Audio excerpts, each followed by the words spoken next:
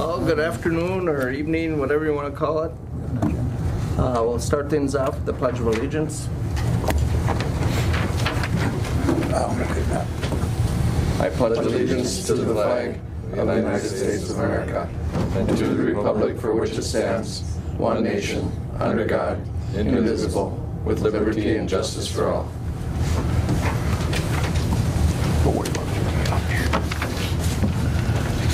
Well, we'll start off with approval of the KDA agenda.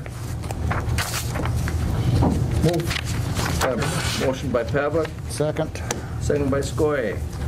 Any discussion? Hearing none, all in favor? Aye. Any opposed? Motion's carried.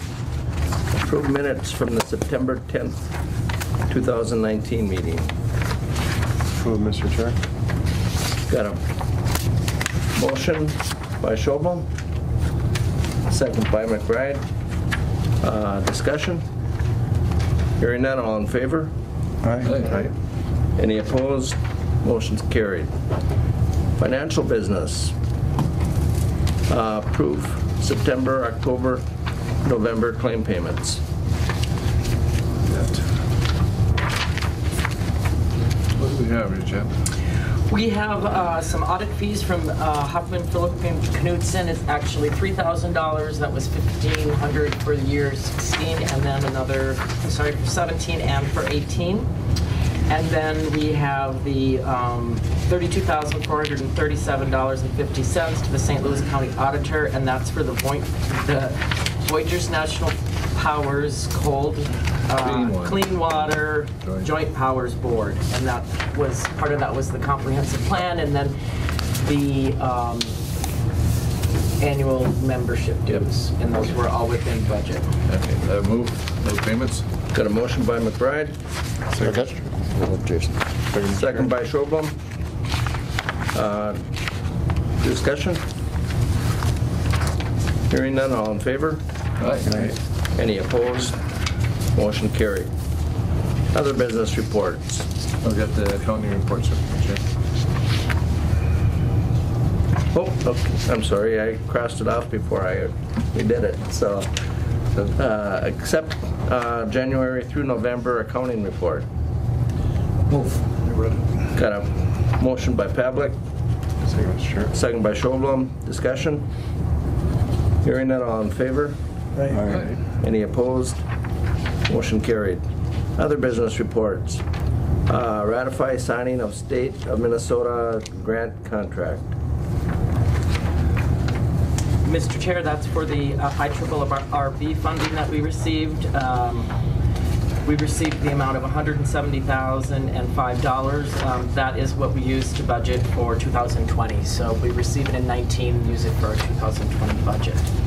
So that was received, and that grant agreement was actually executed. So we motion to accept the. Okay, I've got a We're going to ratify it. It's already been signed. Yep. Okay, ratify signature for the grant, IRRB grant. I'll Okay, second. I've got a motion by McBride, second by Skoye. Discussion? You read every word of it? Always.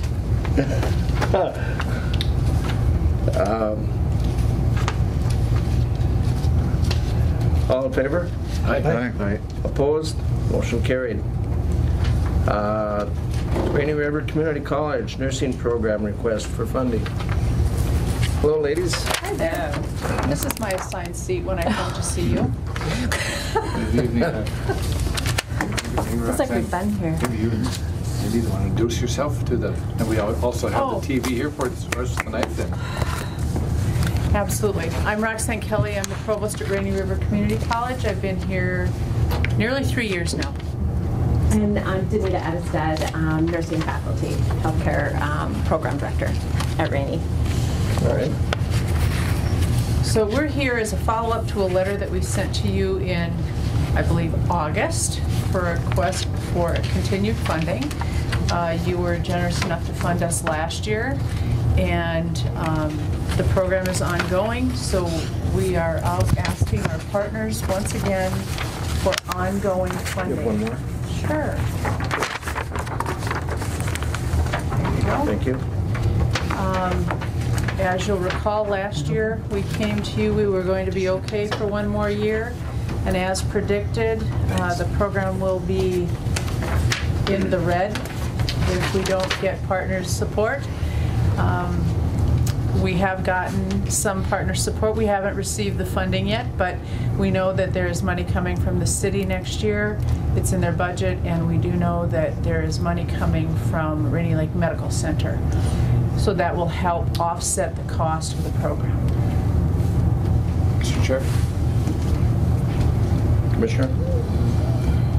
So those other ones, the group that was part of our partnership, now they've agreed for the 2020, but so far they've only for 1 year. They're going to work on 1 year at a time. 1 year at a time. I know that's hard. It's hard to budget that way. Yeah, it's hard for Danita. Yeah. I've told her that she will be in the budget because we can't lose this program. It's too important to our community, too important to our partners. So we will find a way to have this program no matter what. And I'm saying that now, and that's me saying that. I don't know what would happen in the future. I'm hoping that it would stay. So. Is the program right now continuing to be filled each year? Yeah. So it's not been that long since we've been here, and I kind of have given you numbers. So not to duplicate that, but to give you a little bit of an update. So as of the graduating class that I just had in June, we have graduated out unduplicated 25 nurses over the last 3 years. And unduplicated because many of the LPNs will go into the RN program also. So 25 unduplicated. Of those 25, 5 of them have relocated. And so there's 20 nurses that are employed currently in our community as a result of the funding that we've received from our supporting partners. So very, very happy to say that. And then my class that started this fall, my RN program is full with 10 students, and the LPN program is full with 10 students. Oh, so great. Very excited about that. We also are looking ahead to next year, and I've been told by one of our advisors that it looks like we should be full again for our LPN program, and many of the current LPN students and a few coming back, it looks like we should do well with our RN program too. So very, very happy to see that. With the different shifts in employment in the community, I'm hoping that maybe some of those people will consider a future in healthcare and come and join us too. All right. Anybody else have questions for him?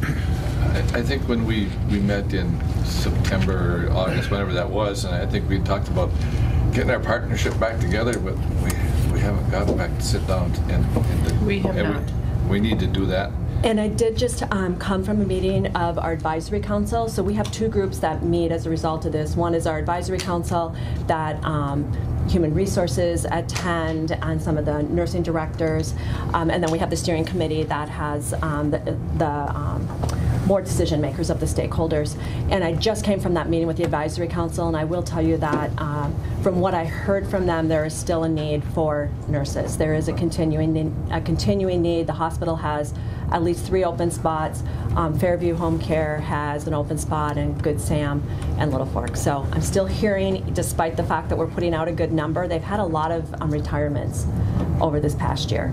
So from that perspective, there still is need. Just to give you that update. Okay. You're looking for another 10,000? 20. 20. What? You've received 10 already to date, though, right? That money is already dedicated for this year. Yep. But going forward for us, remember our fiscal year starts in July. So it's off for us to talk to you guys. So it would be 20,000 starting in the fall again, kind of. So it'd be the fall of 20. Is where that. So you're good through the semester of 20. We're good Spring through the semester. spring of yes, absolutely, because we will be invoicing you shortly after the beginning of the year for that. Okay. And I know years ago, the first time we did this, we did 2 years, and then we didn't realize we had committed for 3, and we kind of got goofed up on that. And then since then, we've been going a year at a time, I Right. believe. And I know it's hard for the college and hard for Danita, but also it's hard for the board because the board changes. Absolutely. We And, understand that and next year we have a Yeah. presidential election and we have commissioners up for election, so it's hard to Yeah. commit 3 years of funding. Absolutely. We understand that completely, Brian. But Absolutely. I mean, you can't argue with the success of the program and what it's meant to the community and the jobs. I mean, you get 20 well-paying jobs in this community, Absolutely. let alone the support to keep that college doors open. Because I think if this program goes down, I don't know what happens to our college. Because I think it's kind of the flagship to go in there right now. It's very, very important. It's very important to the college. It's very important to the community, and that's why we're dedicated to it. So I am willing to move. I can only move on 1 year. Absolutely. I mean, that's, I would move motion for 20,000 funding for the 2020 school year, and see if the other commissioners support it or not. And then after that, we're going to have to visit again. You bet we with a will. new board. I'll second for 1 year. To Brian, if I could, to Brian's point, we just can't encumber future boards. That's Right. all right. Got a motion I by... mean, if we weren't on election years and you had 2 years, Sure. yeah, but Yeah. Absolutely. I mean, next year there could be 2 new people sitting here. Yeah. So- Well, we'll see. We'll and- hope not, but. No, but we'll. Yep. Well, I always said I'd only support this as long as you're. And I believe You're we're not going to still- retire on us, right? Mr. Chair, if I may, and I think where we're sitting with our revenue or with our balance and key to, I mean, I think that's what's there for that, and that 20,000 we can afford that in 20. The KDA budget has already been done with that $10,000 already appropriated, so it would either have to come from, we could take it from KDA because that does have a That's where reserve it has to come balance. from, doesn't it? I think that's where it would come from anyhow, Yeah, isn't it it? does. Yeah, we're coming from KDA. Yeah. Yeah, all right. And that's, Commissioner, that's, your second would be from KDA? Okay, all right. Got a motion by McBride, second by Pavlik, for $20,000 to Rainy River for the nursing program. Any further discussion? Some of us in this room are at the age where we're utilizing those services. So. Yes, we are. Some of us are more than others. Carol, too. No, I'd just like to say it's a great program. Keep it up, and you know, in the future, hopefully there can be some permanent, long-term funding. We'll hope so. All right, all in favor? Aye. Any opposed? Motion is carried. Thank you guys so much. And we, Thank you. and we need to get, A steering the city committee. and I, and, because I represent Yeah. on the committee, and Paul, and then, of course, Sencha and Rain Lake Medical Center, and those Yeah. groups together. Okay. Right. Thank you for being here. Our pleasure. Can I Thank you just so ask much. a quick question? Are you going to be around in January? Yes. Okay. Okay. Okay, great. We just Thank had a you. birthday. I know. I didn't mean that like that, but like maybe in Florida or somewhere nice. Now, you threatened one time that you were getting to the.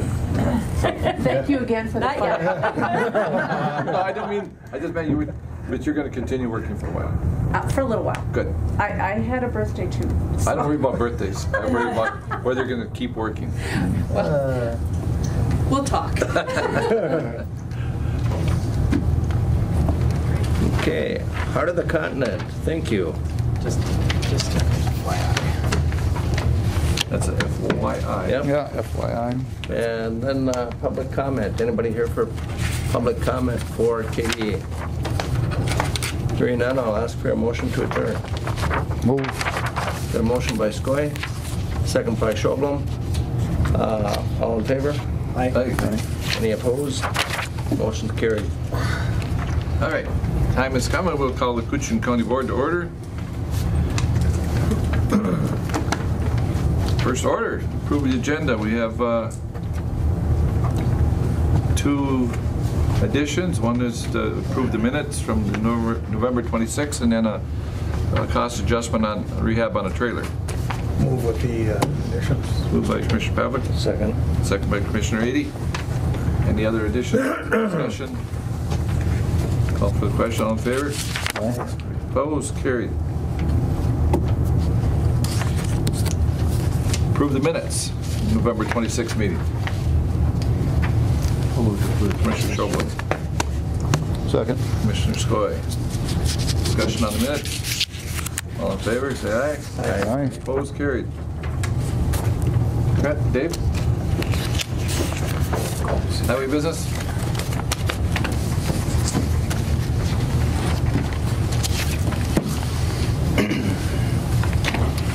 Did you look at the resolution to support some facade mileage? Yep, we're looking at a resolution to establish CASA mileage on County Road 144 and part of County Road 113. I handed out the maps here. This is a visual representation of the areas we'd like to assign CASA mileage to. Sorry. Starting from the north at the intersection of Trunk Highway 11 East, running north on 113 just across from the intersection of County Road 20, up to the intersection of County Road 144, and then County Road 144 all the way to the south,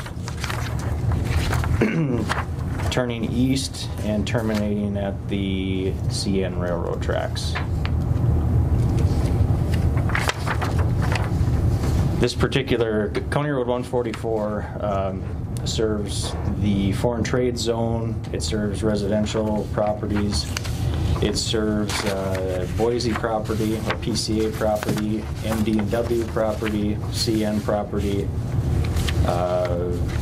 Wagner Construction property, as well as the archery range and the trap shooting range. It's a heavy traffic road for a county road. It's very high maintenance for us. When we establish it to a CASA, County State Aid Highway, we're able to tap into additional funds to maintain that and possibly upgrade it at some time or at some point. So where are we getting that mileage from? We currently have 2.65 miles banked. Those miles are, the majority of the miles are from 97 and 145 when we established on that. We revoked from that and we have these miles banked.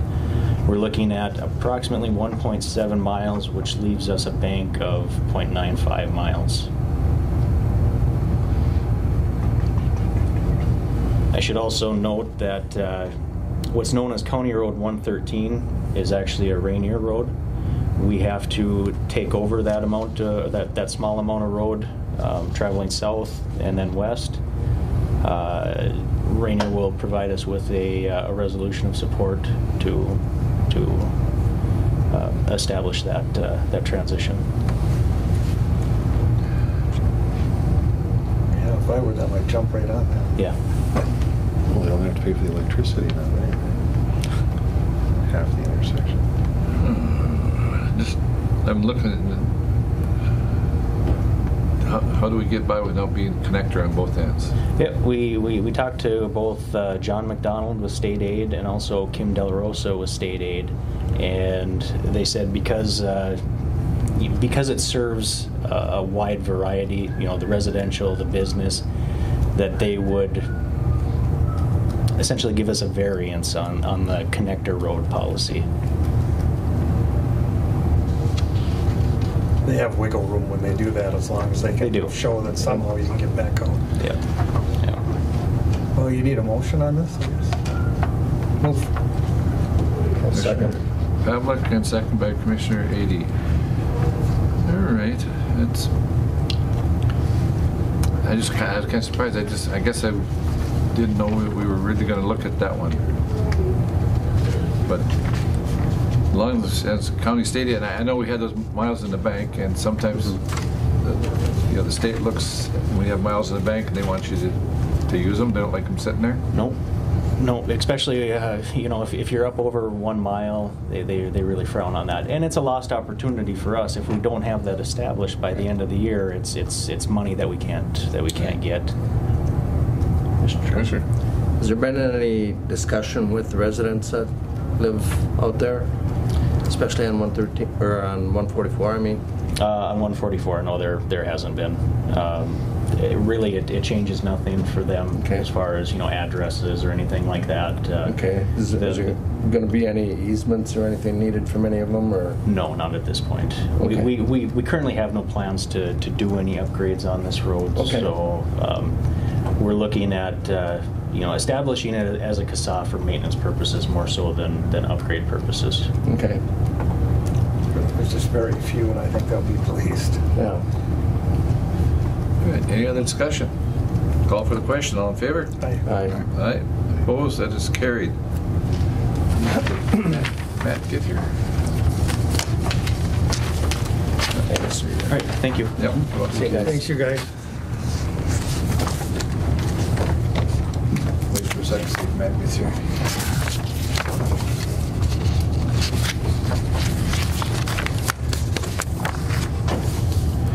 Question on our agenda here.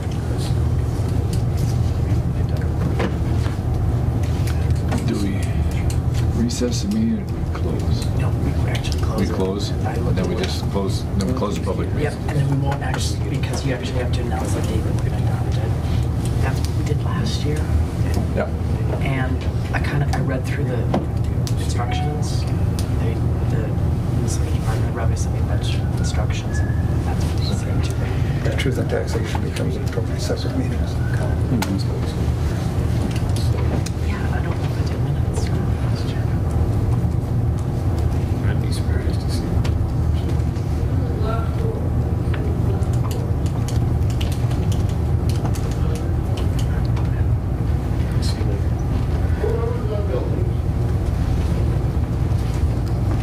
Yeah, because Matt can go earlier because we have an addition.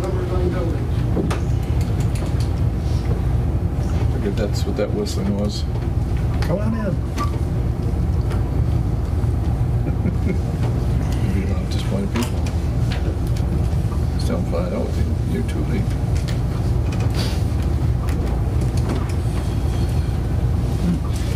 Hey.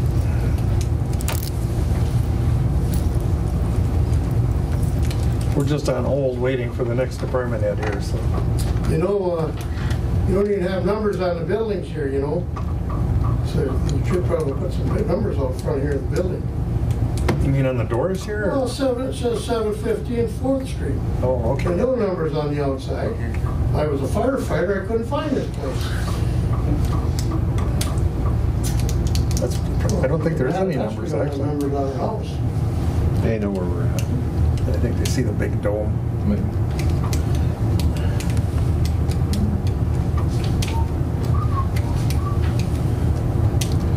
Well, Matt doesn't show, we just have to do it without him. There it comes. There he is. All right, Matt. Boy, we were talking Oh, about. you're okay. I already brought up, no numbers on the building. No numbers on the courthouse.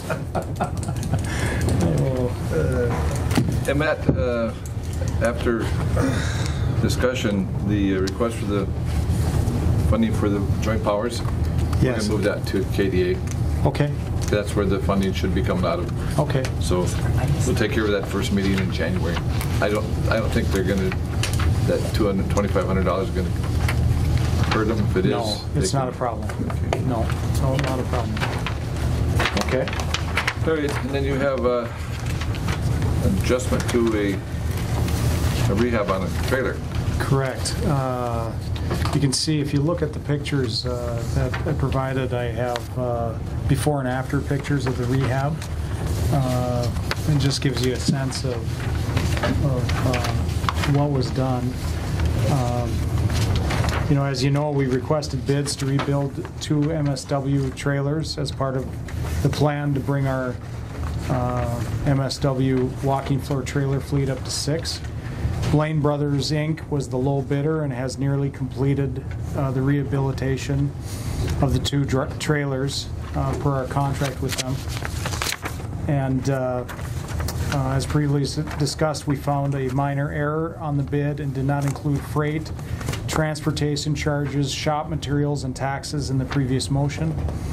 We would like the motion to reflect actual costs, and therefore I'm requesting the board adjust the approved amount to reflect those charges, which would change the approved bid from $62,654.92 to $65,466.28.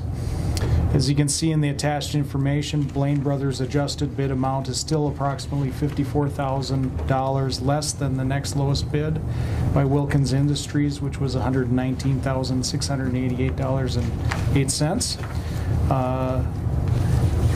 Some of the work that has been completed includes replacing rusted sidewall sections, replacing cross members, flipping the floor, the walking floor to take advantage of the other side of it, and replacing the bad slats, some hydraulic components, and then sandblasting and painting both trailers. And again, those photos show the before and after condition. The second rehabilitated trailer will be shipped to us very soon, and this project was included in our 2019 budget. Well, there's no way we're going to support that, are we? Might have to. Hey, I just wanted to, or if I could, Mr. Chair, talk about a picture speaking for 1,000 words. Yeah. That's unbelievable. Yeah. You'd never know well, I guess my question, Matt, was when obviously there were some places where it was rusted right through, they must have had to fix that also. Yeah, you can see in the pictures there, you can see actually areas where they cut out the metal and then replaced it and welded in new metal. And so they've done a lot. I mean, it was a major rehabilitation. That particular trailer was in pretty tough shape. It was right on the edge of whether or not we could have rehabilitated it. You know, it was tough shape. So. And they also treated the components underneath? That's correct. They replaced any rusted material by cutting it out and then welding in new material. Replacing those cross members and then sandblasting, painting, the whole 9 yards. The difference in price, between rehabilitation versus new, and I think you guys know this, but it's a considerable difference. I mean, we're talking about maybe, and each trailer's bid separately, so they're different prices for each trailer depending on the condition. But you could estimate maybe a $40,000 rehabilitation cost versus $85,000 was our last bid or our last new trailer cost. So it's certainly worth it if we can save the trailer. So once we flip those walking floors, though, then there's kind of a balance between the total cost of rehab after whether it's worth it. Yeah, right. So at some point you'll end up buying new trailers, but we try to prolong the value there as best we can. So. Well, I'll move with the adjusted amount, Mr. Chairman. Moved by Commissioner Pavlik. I'll second.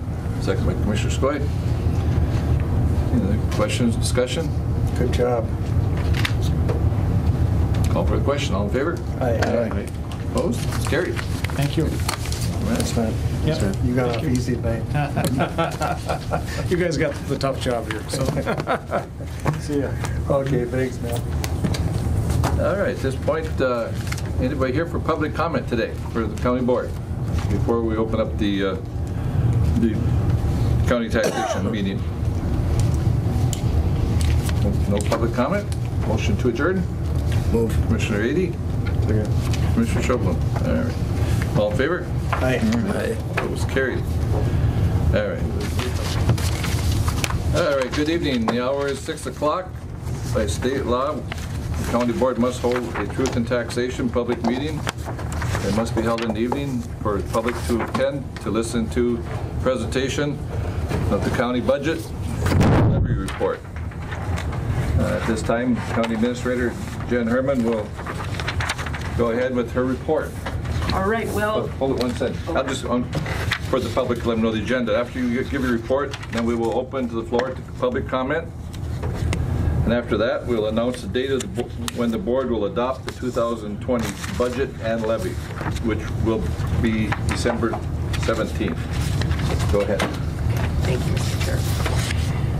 The proposed 2020 county budget is this. I'm basically going to refer to this handout that I gave most of you. The proposed 2020 budget expenditures total $28,762,138, with proposed revenues of $26,381,431. and that leaves a deficit of $2,380,707. And the deficits are as follows by fund. General revenue, deficit spending of $147,455.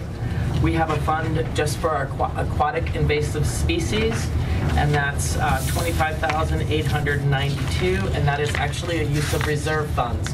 The county operates on a balances, so we operate our budget based on revenues and expenditures, and then there's a fund balance that we carry that we can use reserves for. Environmental Services is proposing to using reserves of $701,923. And those reserves funds are primarily used for the purchase of equipment and building repairs. The Highway Department is proposing using reserve funds of $597,819, and that's primarily for the purchase of new equipment. Our capital project fund, that's our Island View Sewer project, we're estimating spending $800,000 for fiscal year 2020. That would be a deficit. The KDA, which is the meeting we just had, the Koochiching Development Authority, $10,000, and that's really just a contingency funding for economic development projects.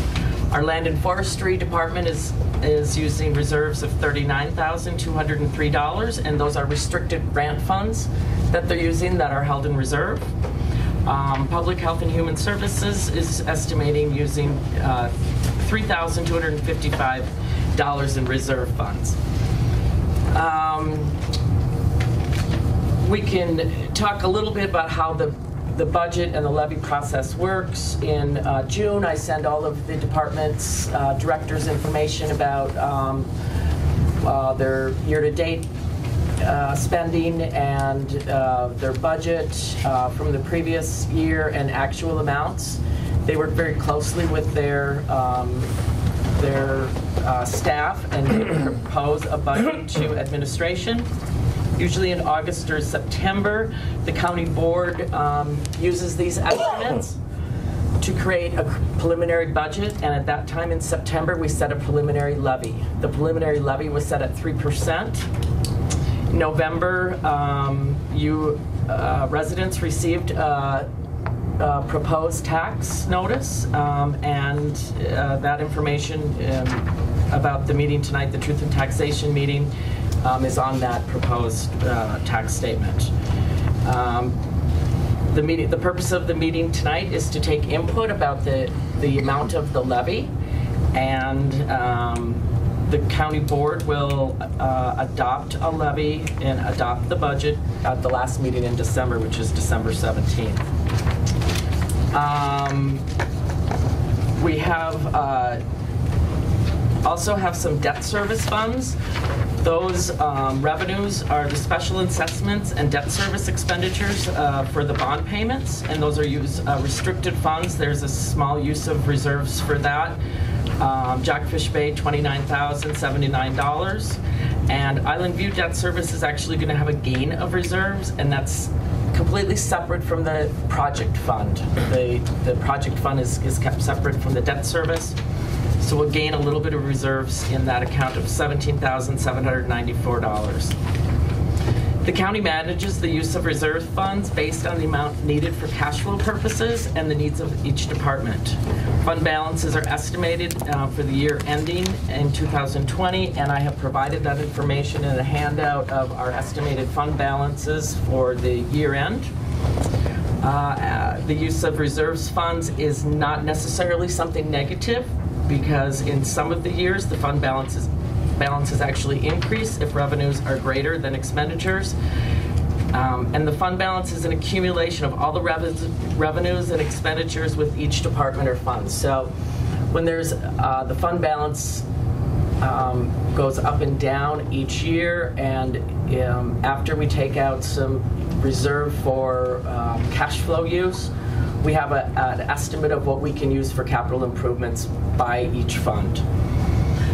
The proposed tax levy is a 3% increase over 2019, roughly in the amount of generating $134,000 of new dollars into the county. The proposed tax rate increase went from 38.216% to 39.888%, which is a 1.66% increase in the tax rate. We did not gain tax capacity last year. If we had gained some tax capacity, we can increase the levy, and because it's spread over a larger base, you would actually not have an increase in your taxes. This year, we did not have a gain in tax capacity. On the second page of your handout is the breakdown of the property tax revenue.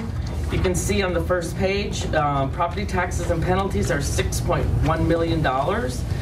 But that breakdown actually includes our proposed levy of the $4.6 million. We always collect delinquent taxes, miscellaneous taxes, personal property taxes, and special assessments. Those are all considered taxes.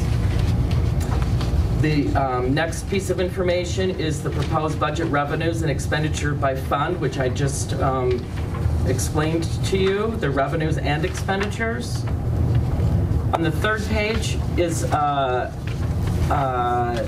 history of the county revenues and expenditures. Revenues are in orange and expenditures are in green, so you can see historically we've been able to gain reserves, fund reserves, because our revenues have been more than expenditures.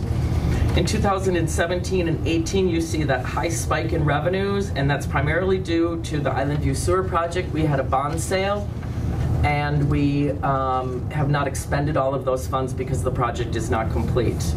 The typical budget averages before the Island View Sewer Project, about $25,000. It's a little bit higher this year.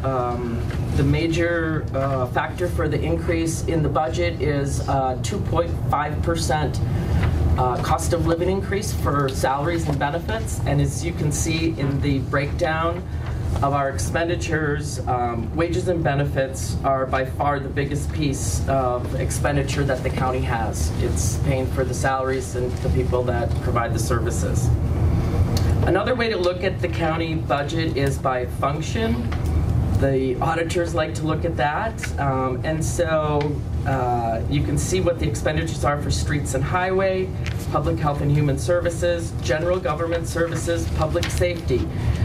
Public safety includes our Arrowhead Regional Corrections, the Sheriff's Department budget, the Corrections Office budget, that's the jail, public safety.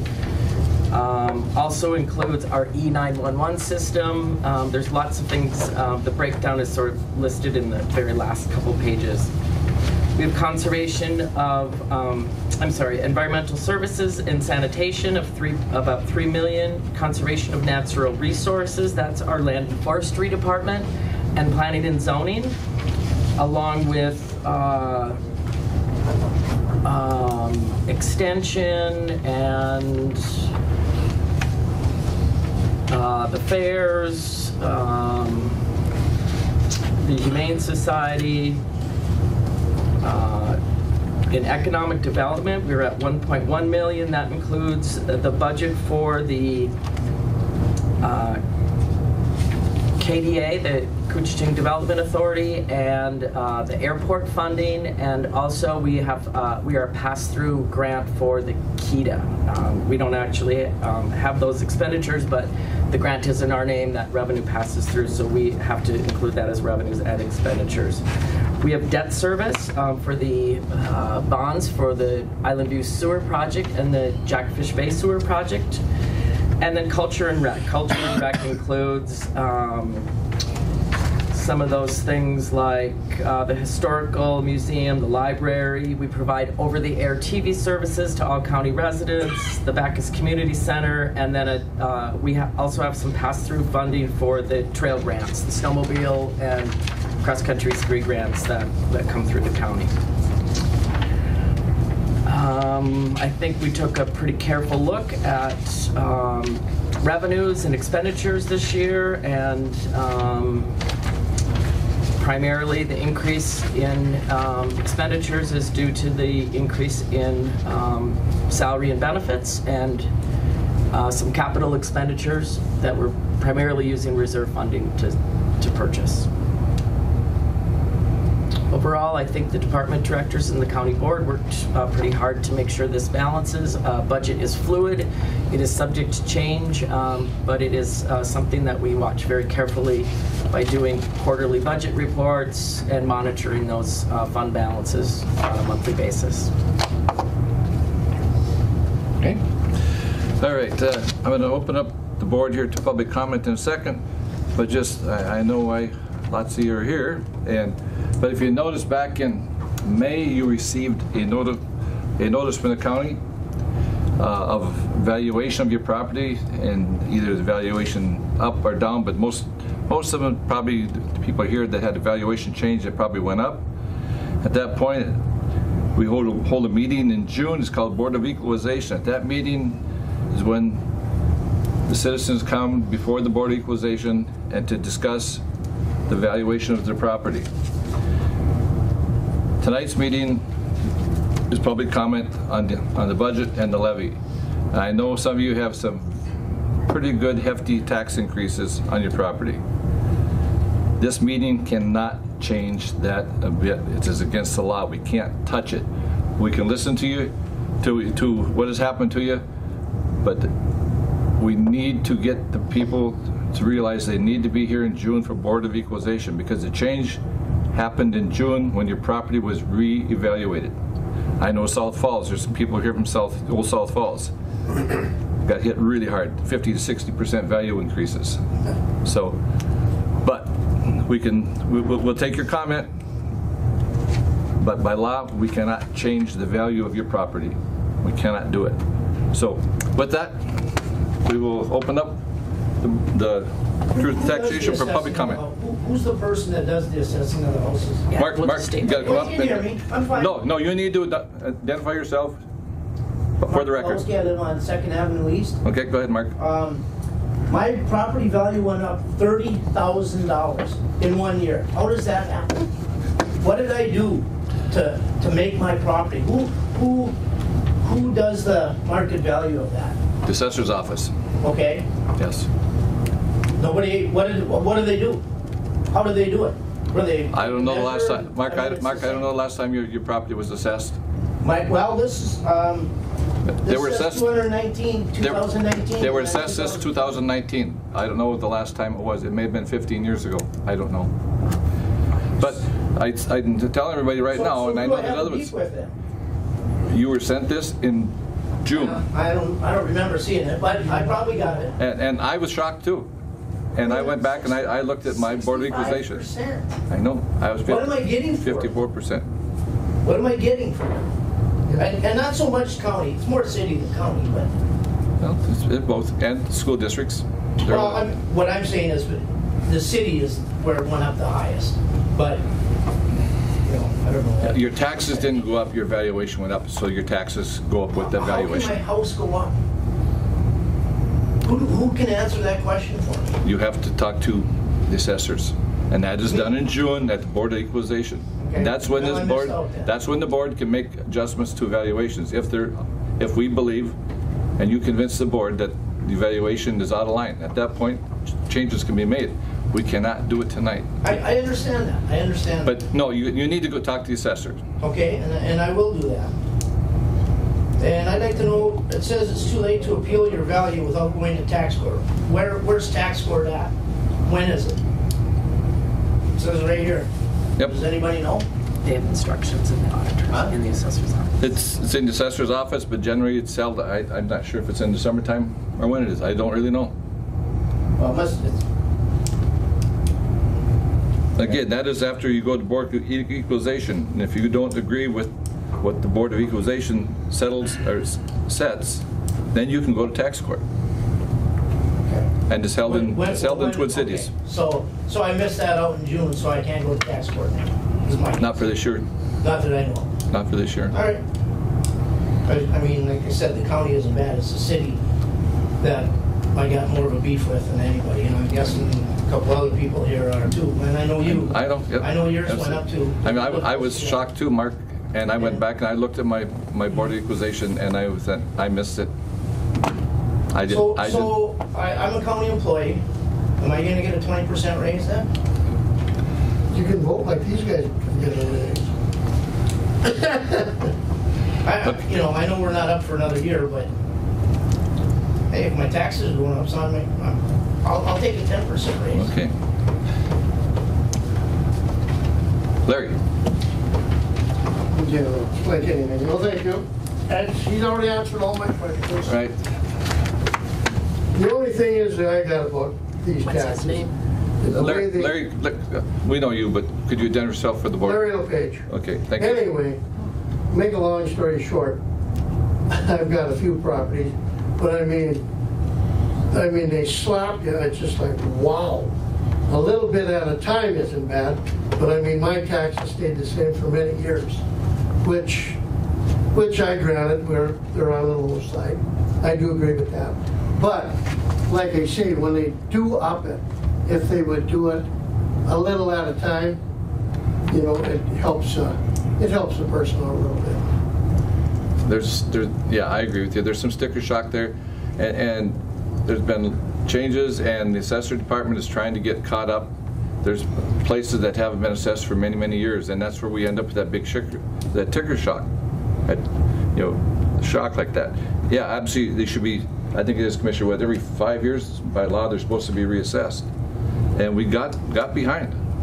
There's no question about it. Okay, next word. Go ahead. Todd Plum from Service Master. I had talked to the assessor and everything he had said is correct. We dropped the ball. He said to come back next April or whatever and talk to him, but it's sticker shock to go from $42,800 to $118,500.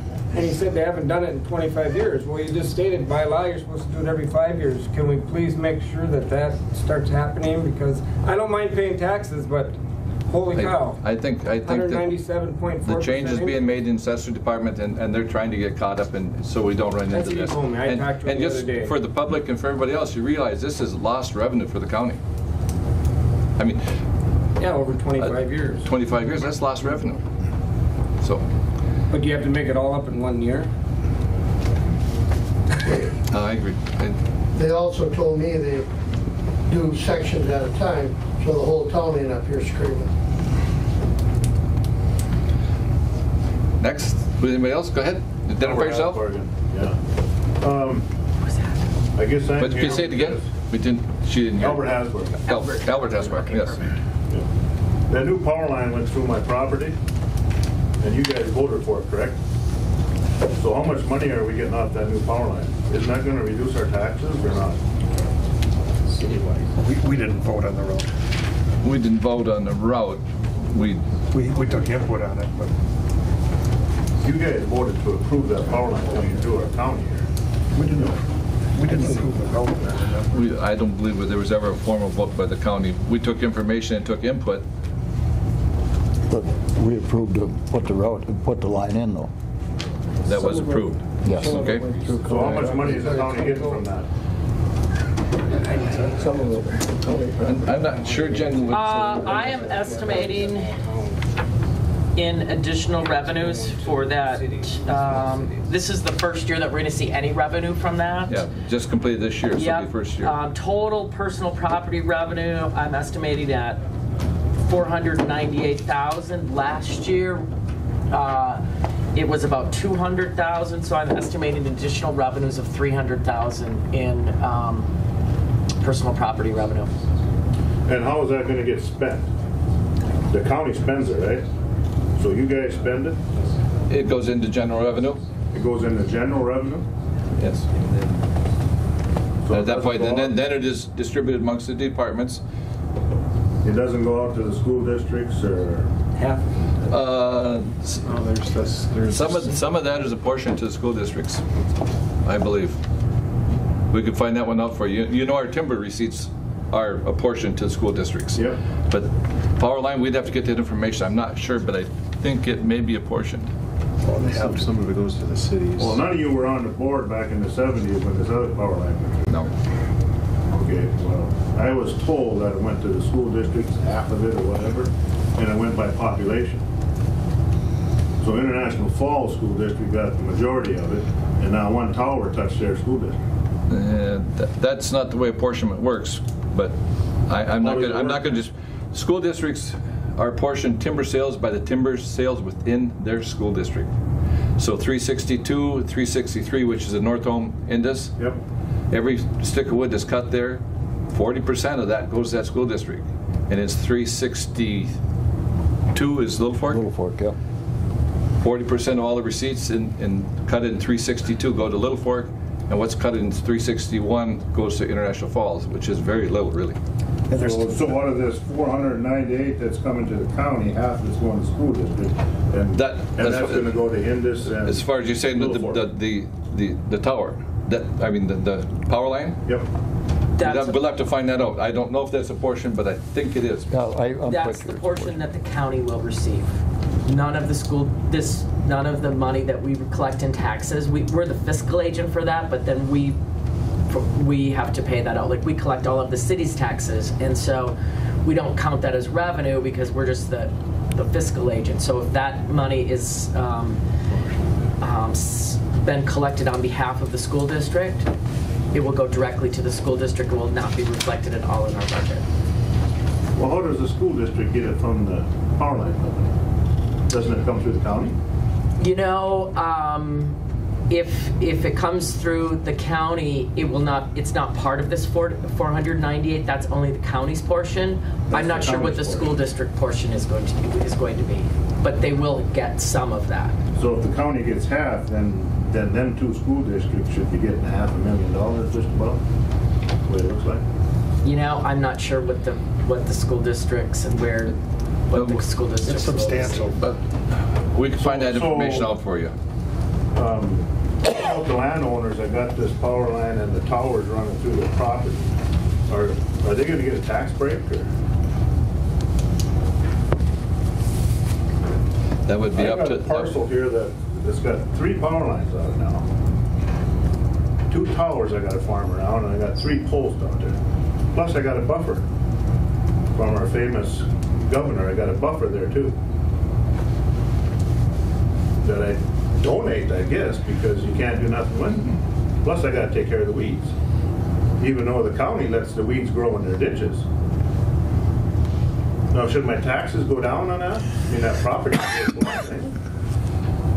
Wouldn't you say so? I have no opinion on that. That would have to be through the assessor. I am not an assessor. I am not a professional, and I don't think anybody on this board. Well, if you had a tower on your property, Mr. McBride, wouldn't your property be worth less? I don't know. I can't answer you that. You don't know that? I don't. May I ask a question, please? Yeah. Were you compensated for that tower being on your property? Yeah, I was compensated one time. Yeah, that's... I don't have any property out there. I don't know, but I knew a person that was there. They did get compensated, and they, all them arrangements. But I got a farm around it now for the rest of my life. Yeah. Plus, when I go deer hunting in the snow, and it just crack, crack, crack, crack, crack. So what does that do? Scary. Yeah, it is. Yeah, it is. I've heard that. But I'm just wondering where that money's going to get spent. Because it should help the people that it's affecting the most, right? Or not? I don't want to debate you, but it's a philosophy of what's the better good of the whole.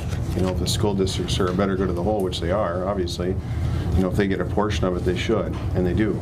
And if the cities are a better good of the whole, small cities, big cities, in between cities, if they're getting a little bit of that too, that's for the better good of the whole. So it's kind of spread out over all the cities, little cities, big cities. I personally, I think that's as a resident, that's kind of you know, for stuff like that especially, that's kind of a good way to go. I mean, it's benefiting the community, the area, our area. We live here. Yeah. And, you know, we all live here. Not just you, not just me, not just, you know, any of us, but we're all from this area. You know, and looking at it as an area, it benefits a school district that I don't go to. My kids don't go to. That school district that isn't here that my kids go to gets a lot more money than the school district that my kids go to. I think it's good for that school district. It's great because they get some well-deserved funding to keep their school district going and to keep that rural place rural. And, you know, trying to, I mean, I'm not going to go off on a tear, but trying to keep the rural. You know, and it's important to keep them things going too. You know, I mean, they keeping the schools there, keeping the people there. It's a good way of living, a good way of life. So. All this $500,000 that's coming to the county, I mean, is it going to get spent up here, or some of it going to get spent down there where the towers and the power line is? That's what I'm concerned about. We got some rock put on the road, but that was a separate fund that they paid for to do that. That was separate, yes. Mm-hmm.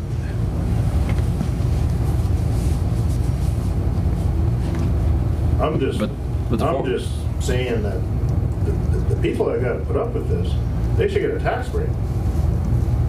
I got one parcel here that went up 178%. I didn't even know if that's legal. Is that legal? And it's not, I'm in school district 363, so my house went up 51%, and the majority of that's school. But this one here, it more than doubled from the county. And I see your levy is only 3%, so why that happened, I don't know. Your valuation didn't change? No. And the county tax changed that much? Yeah. Have you got it with you? Yeah. Do you see it?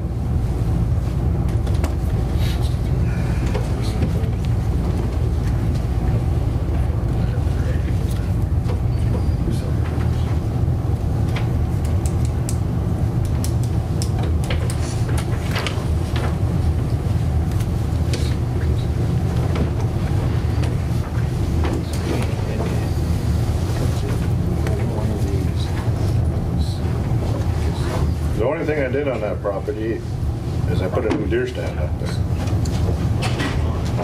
But the value didn't go up, so. Deer stand heated? Yeah. Temporary heat. Must be a heck of a dish. Yeah, that's what I was saying. Well, the county tax went up well over 100%. There was a big increase on the levy from the school district, but Yeah. Most of the school district goes against the house. right. I mean, that's the fairest way to do it. I talked to the treasurer.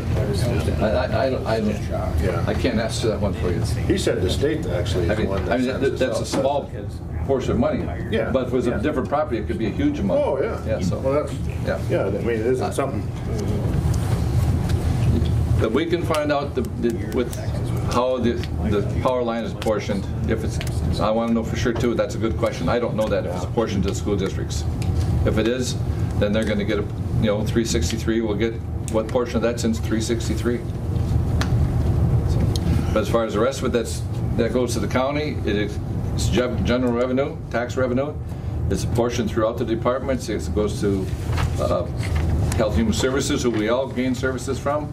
Highway, who we all gain services from. So it's not just put in here and it's spent in Northeast Cooch. It's spent throughout the county. And I understand if your concern is if the income is gained in a certain area, it should be spent there, but it doesn't always work that way. I mean, like Commissioner Schobel said, the benefit of the whole too. So, but we will find out if that's apportioned properly, our house done properly. My suggestion is that maybe the value of the property of these people that got to put up with these power lines should be devalued a little bit, so it helps us out tax-wise. Have you asked the assessor about that issue? No, but I can sit down and visit. That would be a good question, because I don't know. Good question. I know at that start you're compensated for it, but then there's not year after year revenue from that. No. It's a one-time compensation. a lot of these power companies out west, but they pay every year. You know? Right. Or if you have a windmill or something like that, there's because the yearly revenue is gained on your property, where this is pass through, so you only get a one-time payment of it. Yeah. But I would talk to the assessor about loss of use of land and that type of stuff.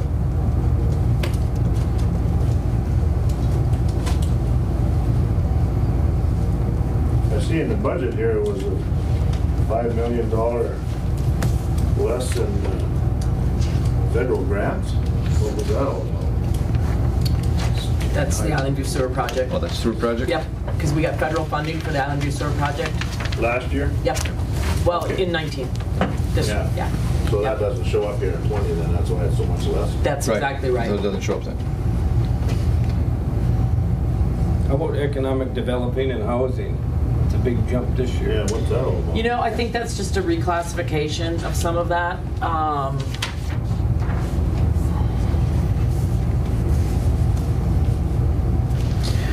Because we included the airport in the economic development this year, and that was a huge increase in our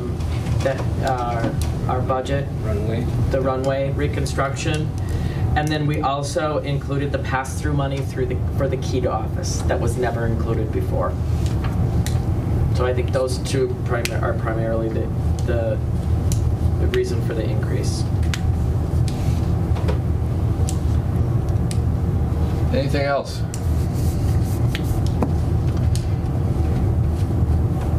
Todd, was yours on your business or was it on your house? No, my business. Your business? Yeah.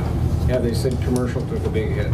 Yep. It hadn't been looked at for 25 years. Yep. So he said to come back and see him in the spring and we'd reevaluate the situation, but that's after I picked myself up off the floor when I opened up the...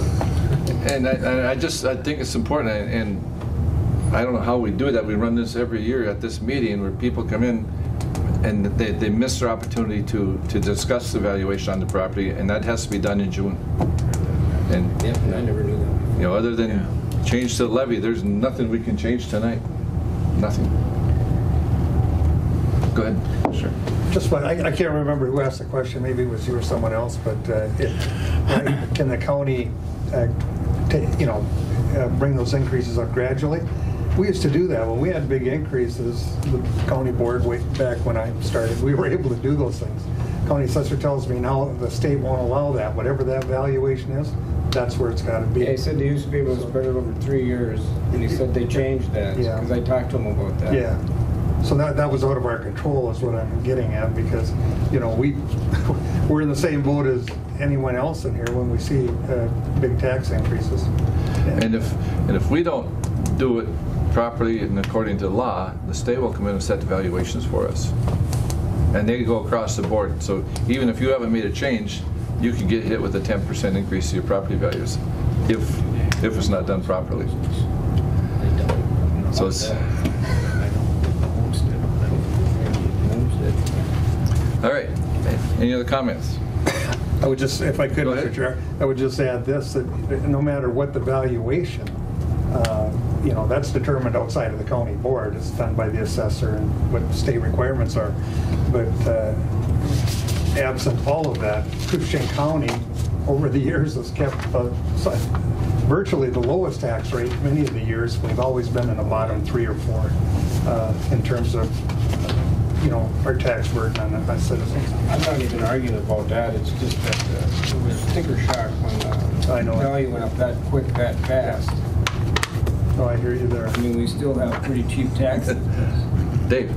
But for the homeowner, there is, that Minnesota property tax rebate you can get, which can help. Well, I know for a regular homeowner, it helps, deter that by 1 year. It basically cuts it in half, so the increase is sort of like half.